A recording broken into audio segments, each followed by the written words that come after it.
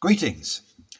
In this video I want to show you how easy it is to fit a brand new product from X-Reed Harmonicas. That's a partnership with Andre Coelho and myself. We introduced our very first product, the OB1 Kenobi, a little overblow booster part for hole number 1 on diatonic harmonicas.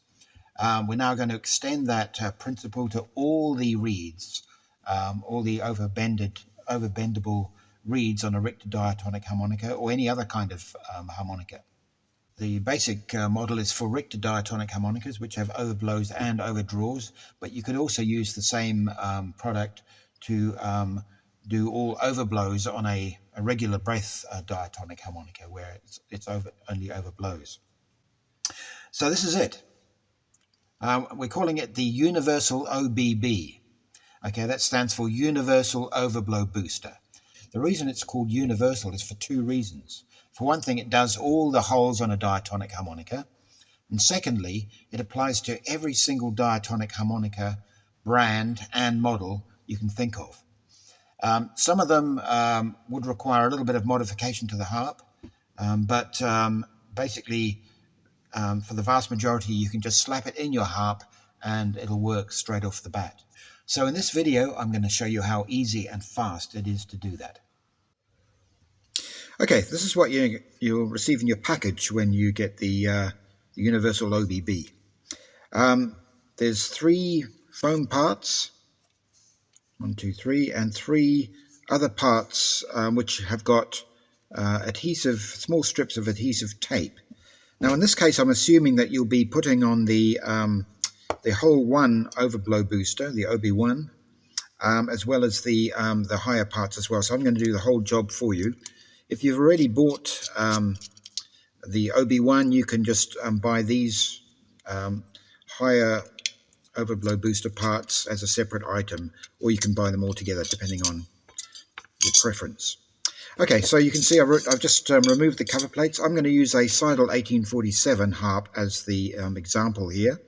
But I'll also show how it can be fitted, or show the same very brief fitting to other models as well. I mean, it can be the Suzuki Bluesmaster, East Top harps, the Lucky 13, Dabell, Story.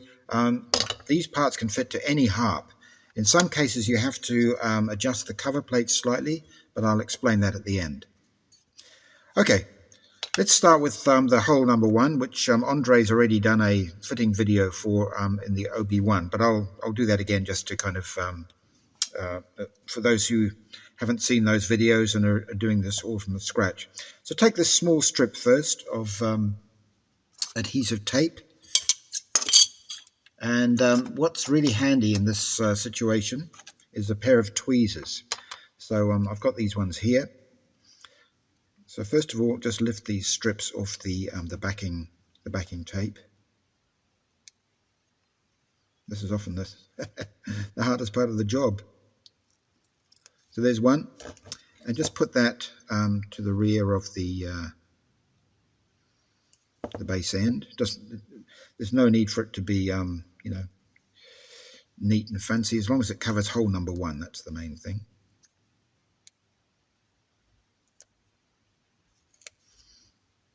Can be some random arrangement. So hole number 1 is the one that we're after. Then we'll get the OB1. This is the single isolated overblow booster part, and we're going to now remove the upper liner strips from these adhesive tapes, and just some sort of sharp blade will help, like that.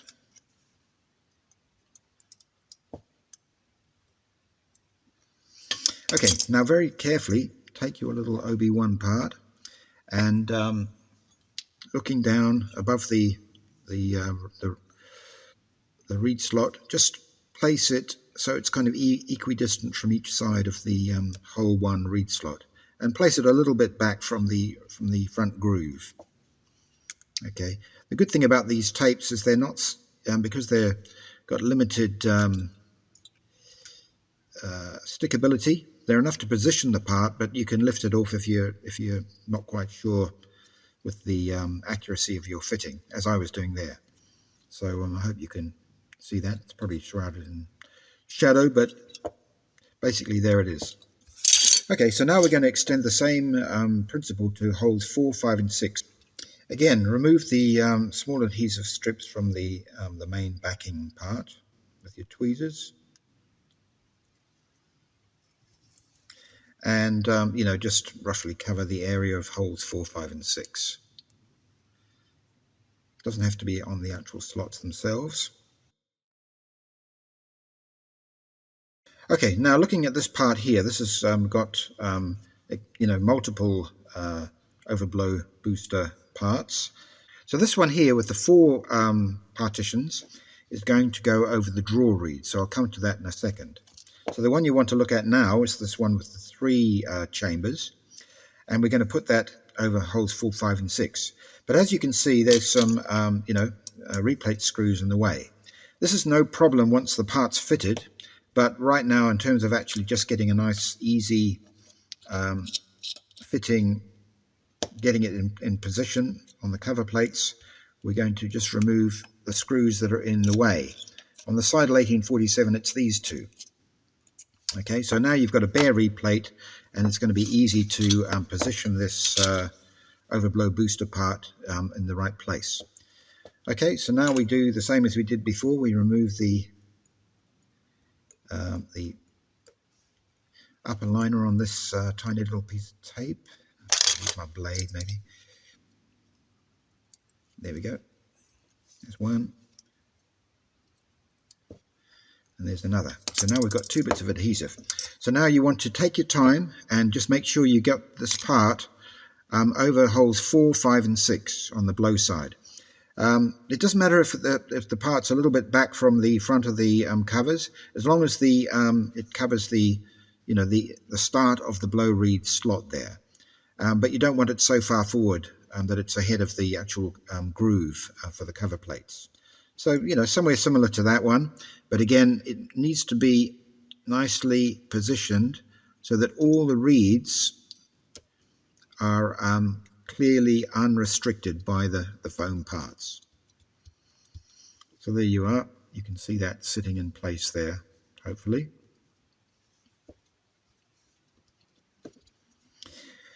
Okay, next step is to remove the upper adhesive strips here.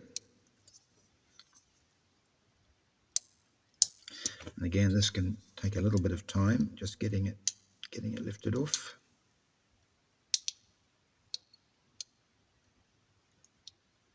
Once you get it going, it'll come away straight away.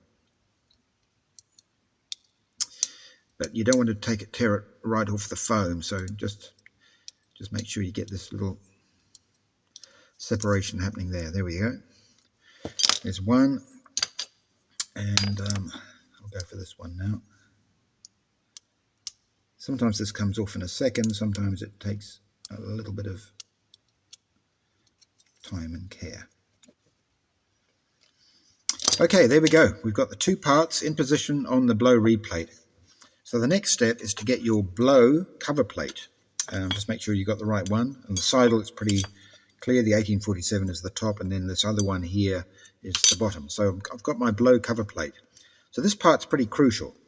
So just angle the cover plate in the groove and make sure it's kind of central on the harp. So we don't want it over there or over there. I'm exaggerating, obviously, but just get it central on the harp so that when the covers come down, these holes line up with the cover plate screw holes. So just take it in your hand, however you think, give it the eye, and then once you're pretty sure, just clamp everything together and press down.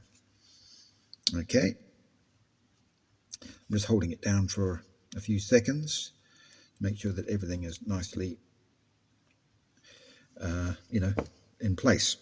So now what we want to do is put our fingers behind these foam parts just to give them a little bit of support, and then we're going to tilt the covers back this way, and they should lift off the little adhesive strips quite nicely.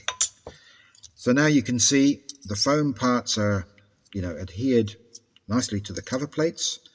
one of these little foam strips has come away, and we now need to remove these other little adhesive strips. We need to remove these little adhesive strips from the reed plates because they've done their job now. And we also want to replace the reed plate screws. So just put those both back in there. When we actually finally assemble the harp, these foam tongues or tines are actually going to press down over the screw heads, and they'll just make little depressions in the foam, which I'll show you later. But before we get to that stage, we're now going to move to the draw reed side, and we're going to be installing the final part, which is this little foam part with 4 different partitions. And this way is going to be facing to the rear of the harp, as the others do, but it's going to be placed over these draw reeds, which you can see clearly here. Now there's a couple of screws sitting in the way there, so I'm going to remove them just to make installation easier. So that one and that one. So the screws, the number of screws and the screw positions is going to vary from harp to harp, but you can use the same principle as I'm demonstrating here. Okay, we're now going to get this these little adhesive strips and do the same thing again. Take them off the main supporting liner, and just now in this case you can actually put them right over the reeds. It's no problem at all. So I'm just putting those straight over those draw reeds. Don't worry about it. It'll all be fine in the end. And the other one at the rear.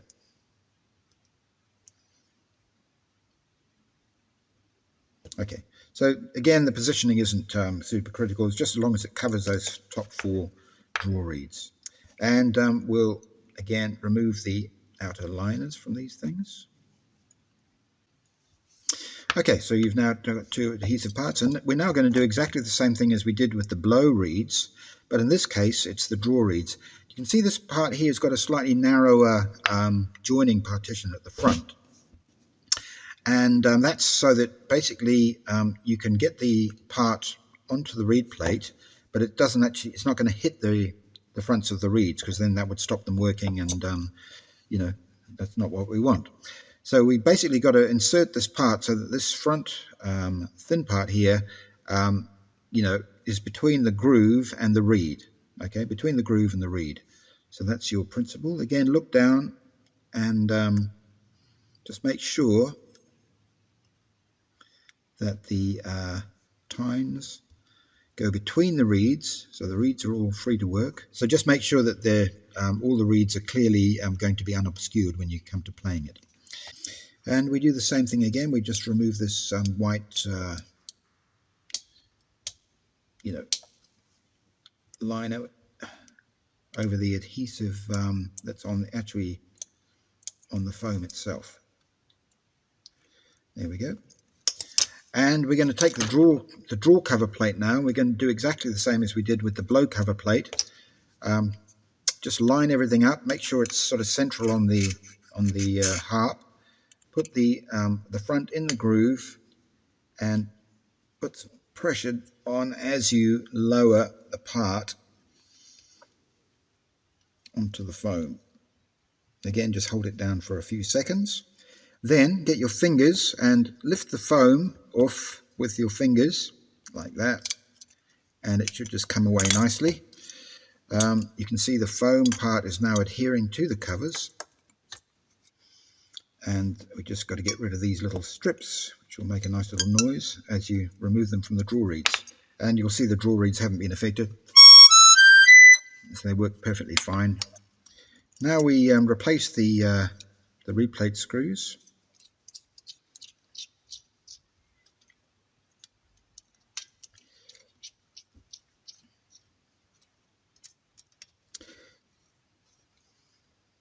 And you can see the beauty of the Universal Overblow booster is that the reed plates themselves remain totally clear.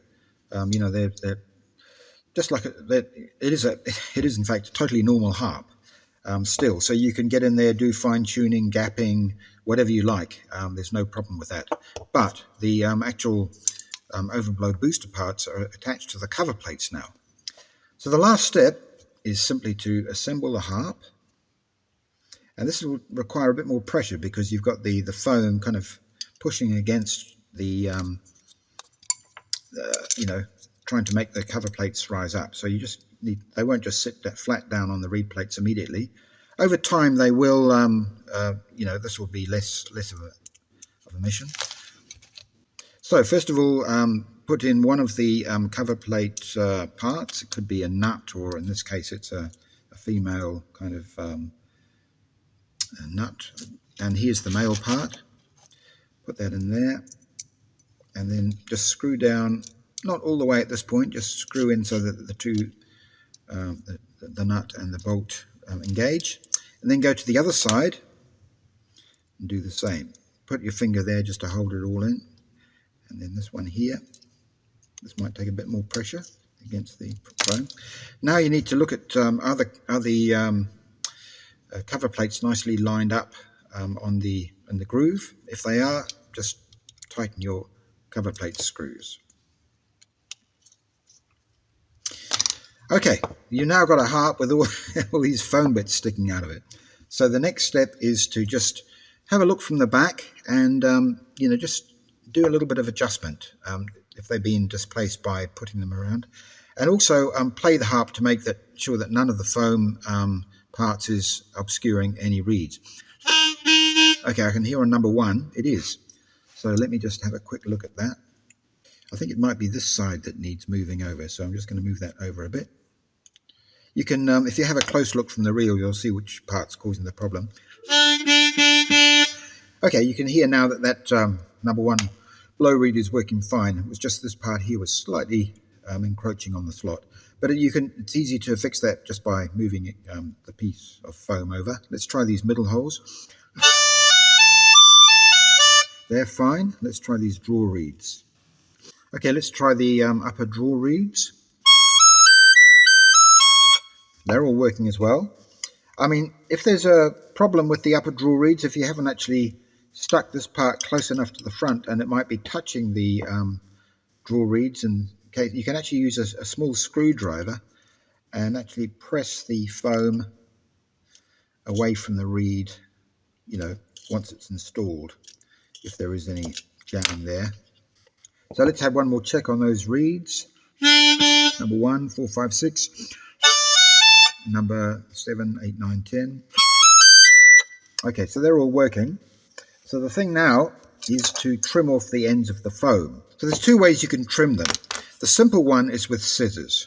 So just get yourself a nice pair of sharp scissors, small scissors, and do that. It leaves the ends of the overblow parts slightly protruding, but because with pressure of your finger, they're going to seal nicely. So for instance, on that hole number 1, so even though the foam is slightly protruding, your finger will press it in and you can get a nice seal. And it also helps you feel them. So you can do this with a sharp knife, but it's a little bit more awkward and you tend to get little bits sticking, uncut. So I'm going to just use the scissor method here. And as I say, a small set of fine scissors will do a lovely job. And it's nice and quick and easy. Okay, so now we've got the harp, looking as it's going to be. If you do, as I say, if you do want things trimmed more, flush, you could then get a blade, or you could have used a blade at the first part. If you do get a blade, try this kind of sawing motion and let the blade do the work. Don't put the pressure on, just let the blade do the work, and then you'll end up with flush parts, which does look probably nicer. Okay, so now the Universal Overblow booster parts are fully installed in this Seidel 1847, and we can check them out. As everyone knows, I don't overblow in my normal playing, but even I, and you can just crack out a basic overblow, can get really good, sexy overblows with vibrato. bend them.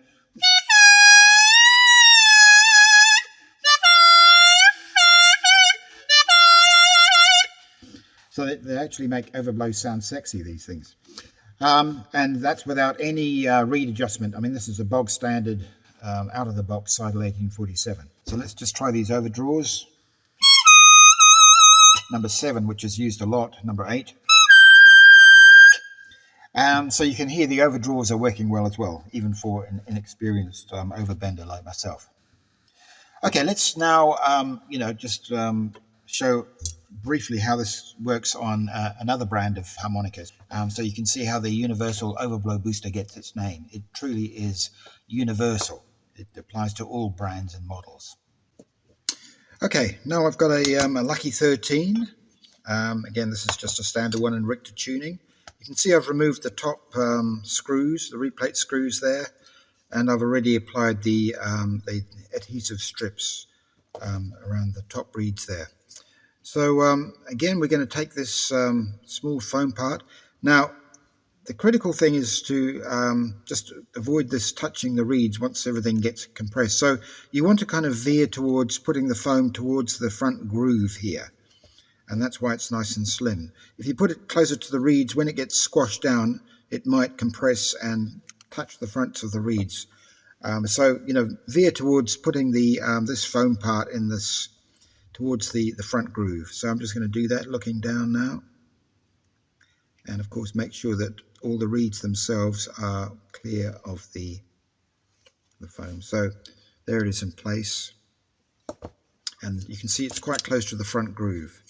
You don't need to worry about that because the cover plate will compress it once it's installed. So again, we just remove this upper liner. And then in this case, we need it's the draw plate that's going to go on there. So we again centralize this on the harp by eye, and then just press it down, making sure that when the cover plate goes down, you can see that the cover plate hole is above the same hole in the reed plate. And there it is installed. Well, you've seen me install these parts on a couple of harps now, and Andre Coelho has also demonstrated the OB1 on a marine band in our first OB1 video. So I think you can understand the process and how simple it is. The main thing with the upper parts is making sure with those draw reeds, stick the part closer to the groove than the reeds, just to make sure that the reeds don't get snagged by the foam. But the rest of it is just very simple. There are variations in each in the harp models.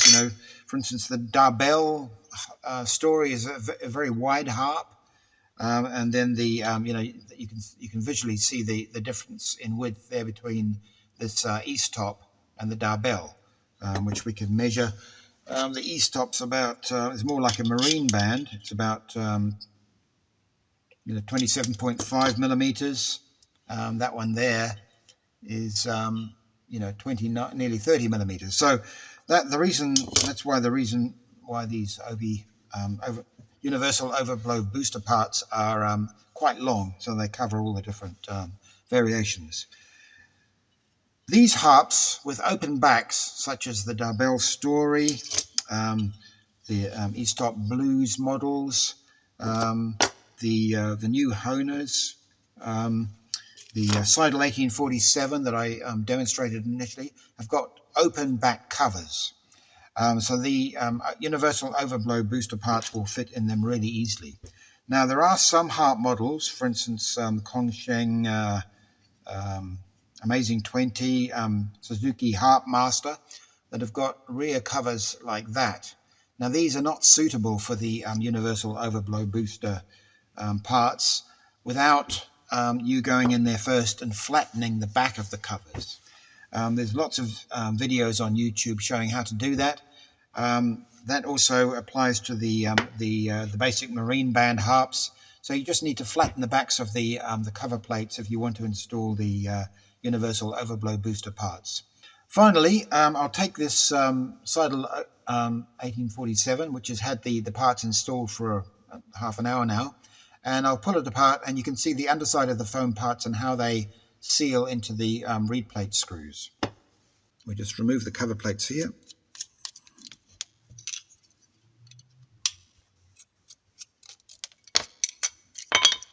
So there's your reed plates, and here are your comb parts. Now, I just hold this. You can see in there and there where the screws have compressed their way into the foam parts, making a perfect seal around the screw heads.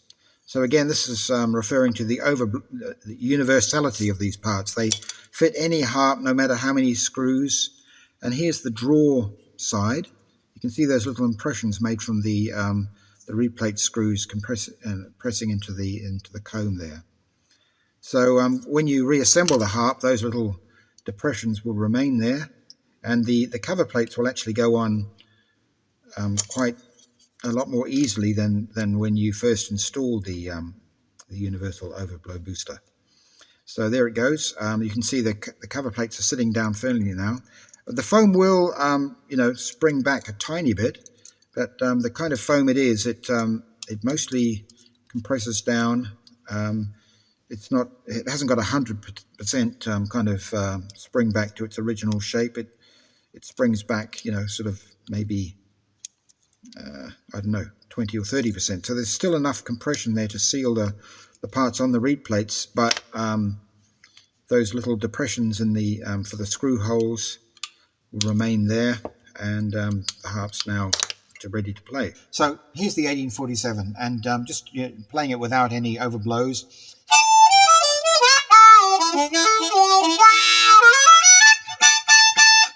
Okay, of course the overblows and everything will be fantastic.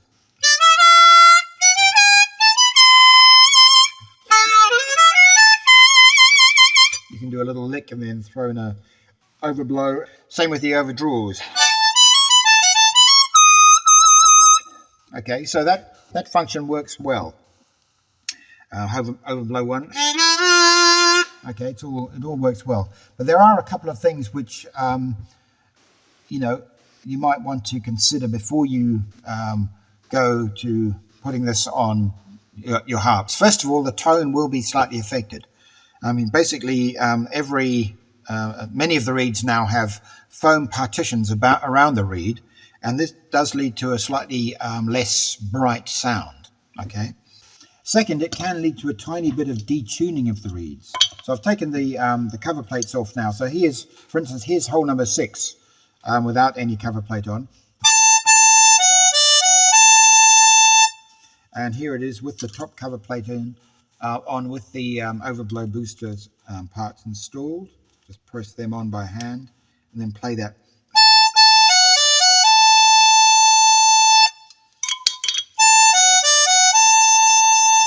So you hear there is a tiny bit of pitch drop on those reeds with the foam enclosures around them. This is just something that happens, and it's something that if it becomes noticeable to you, you can compensate for by slightly raising the pitch of the blow reeds, the reeds with the enclosures around. For instance, holes number 4, 5, and 6. You might want to slightly tickle those reeds up from where they would be normally, so that when you put the cover plate on, the tuning will be perfect. So that's something that you need to be aware of, and you need to have the skills to fine-tune your reeds if you're going to be installing these things. And this applies to the high reeds as well. So if I play them without anything on the reeds, and then put the lower cover plate on,